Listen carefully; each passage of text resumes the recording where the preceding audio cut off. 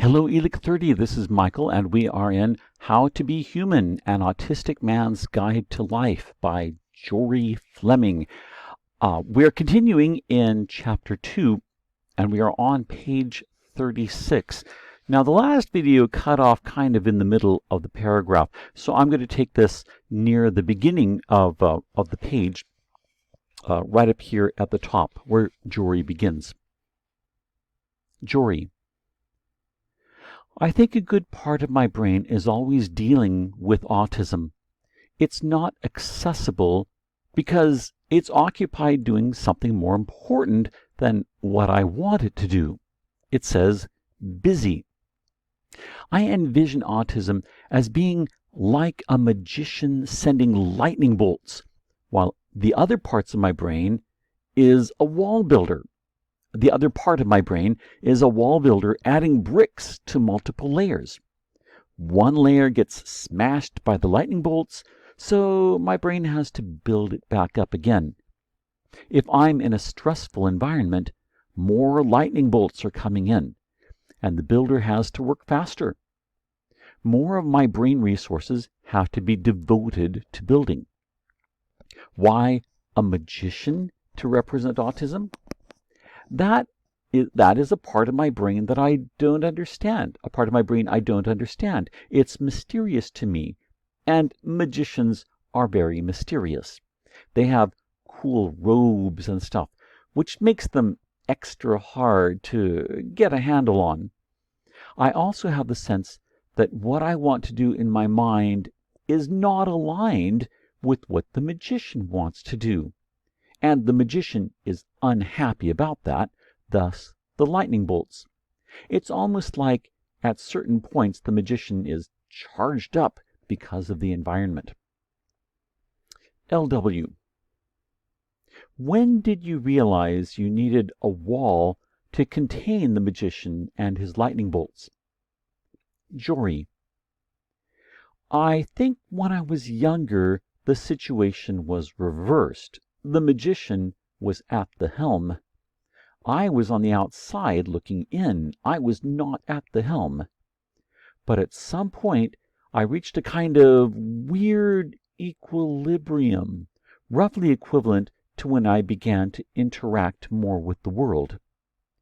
As I grew, I feel like my standing in relation to autism changed, until at some point the roles were reversed. In college, I got to the point where autism was less something that I had to be concerned about on a day-to-day basis. I was much more confident in being able to withstand a complex environment and have the wall hold. I think it's also a question of what do you define as autism? Is it the state of my brain, or is it the responses that I can't control, the times when the other operator takes control of myself away from me? In which case, I can try to suppress that. I'm not always successful. I'm successful on a core level, but on a superficial level, I have to pick my battles. I think most people have a very poor idea of what autism is because they don't have experiential knowledge. But from my perspective, even with experiential knowledge, it's hard to explain because I don't know what it is either. In my case, I feel like the paradox between the magician and the wall builder is what enables my brain to exist now in an extremely stable state. It's an unresolvable problem, and that creates stasis, which is a pretty decent word because it lacks a lot of connotations that are positive or negative. And the result is me. But I prefer to use images because words are incomplete. Pictures might give more flavor and fewer connotations. Talking about how Jory's mind works. It's not simply that Jory perceives differences in how his brain functions. It is that he perceives differences in terms of how he functions compared to other people. Most of those differences revolve around the absence of language. Jory. I'm increasingly aware of the cognitive distance I can feel sometimes with other people. What I see or what I interpret are different from how other people usually interpret the same thing. I also think that many times people claim to be presenting objective information, but they are really transforming it into subjective information. For instance, I think other people look and say, "Oh, that's a tree," or "Oh, that's a book." Whereas for me, I'm actively interpreting the information I see. I'm pulling out past recollections of trees, not doing some kind of word association. There's no need for me to use language. I never talk to myself.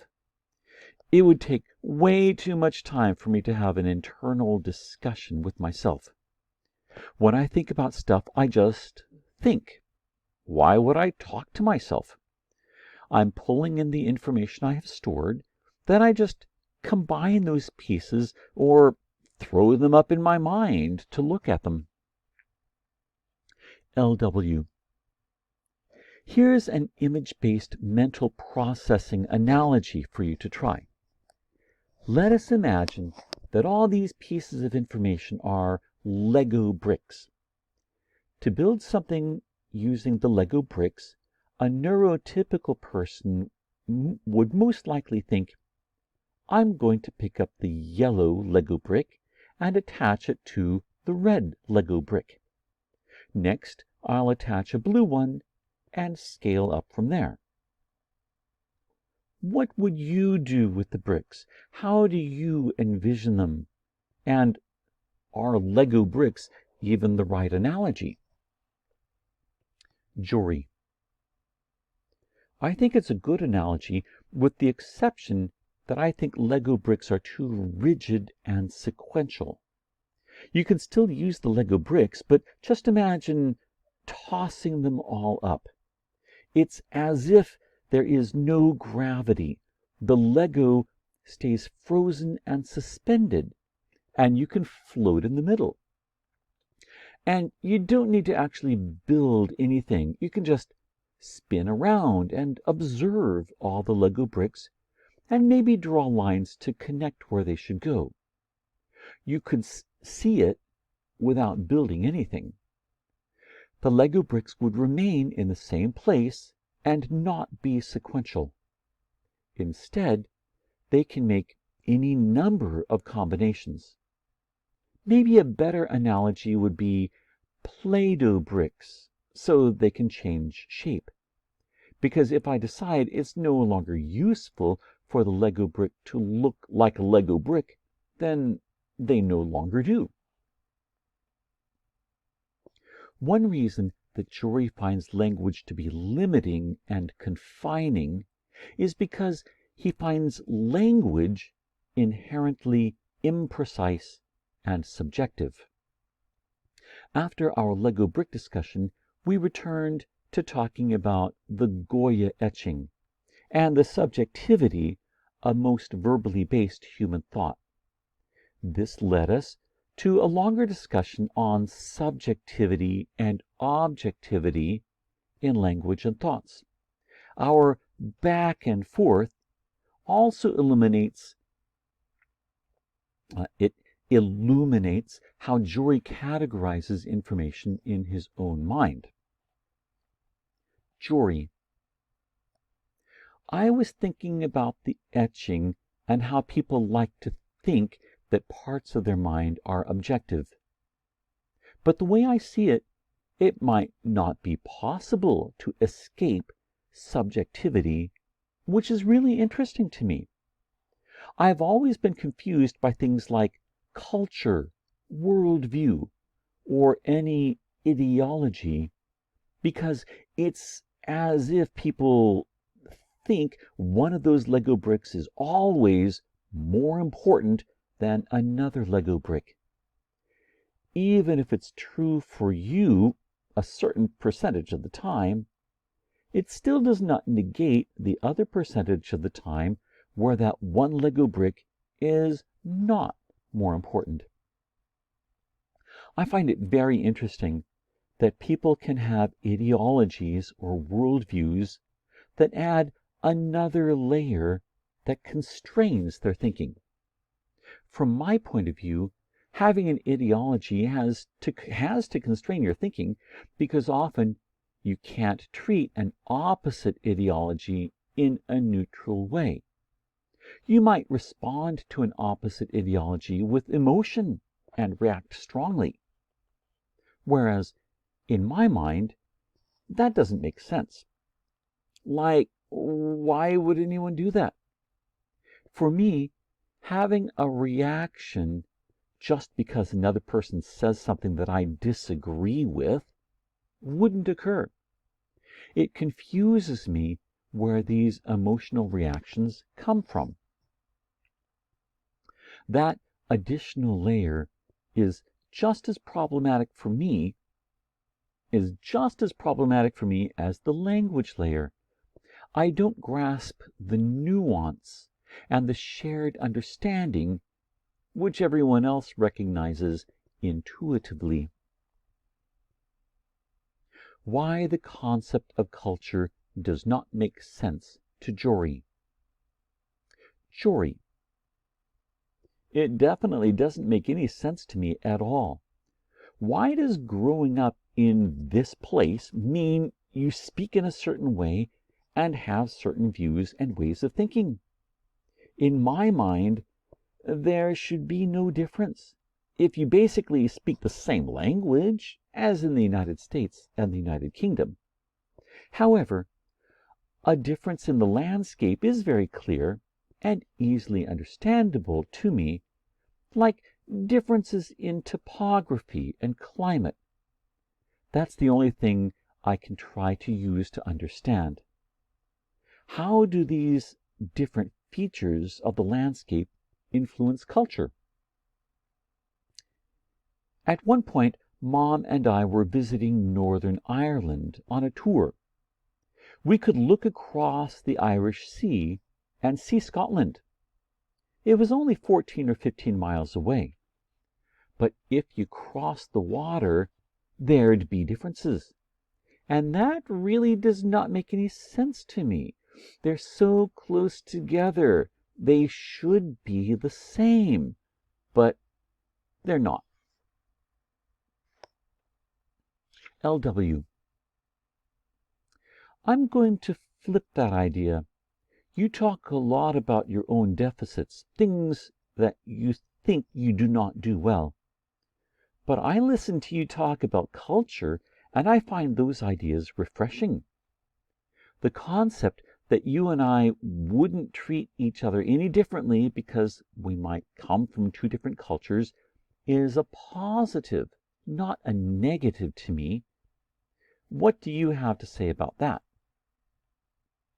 Jory: there are both good and bad things that come with any perspective. A lot of people talk about diversity as a buzzword. But if you look at the benefits of, say, biodiversity, part of its strength is due to its complexity, which includes both the strengths and weaknesses of everything around it. For instance, you may find my perspective on culture to be refreshing because it's different. But from my perspective, I also see that while a cultural argument is not really going to hold weight with me, I can recognize that autism could be considered a minority group. And for other minority groups, especially ethnic minority groups or religious minority groups, their culture is very important and is actually part of their different perspective. Ironically, culture the thing that I consider not excuse me, let's start that sentence again. Ironically, culture, the thing that I consider not making any sense to me, is very important to those individuals and also has larger value. So there's a paradox. My perspective says this has little value, but their perspective says it has a lot of value.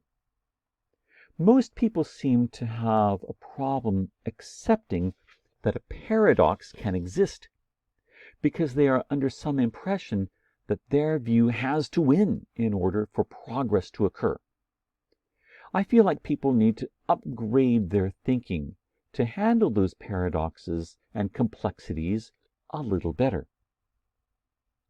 I also hope nobody thinks my perspective is particularly valuable just because it's different. I hope people see it, think about it, compare it back and forth, and get more nuanced about it. I'm certainly not expecting anyone to completely understand autism who doesn't have it. That's unreasonable. In the same way, I can't fully understand them. And even if two people who are very well-intentioned try to get as far as they can in explaining it to each other, there will be some things at the end where both of us will be shaking our heads or shrugging our shoulders and be like, I can't get there. I don't mean that in an arrogant way. It's just, you don't understand some things in the same way that I don't understand things about you. But that's fine.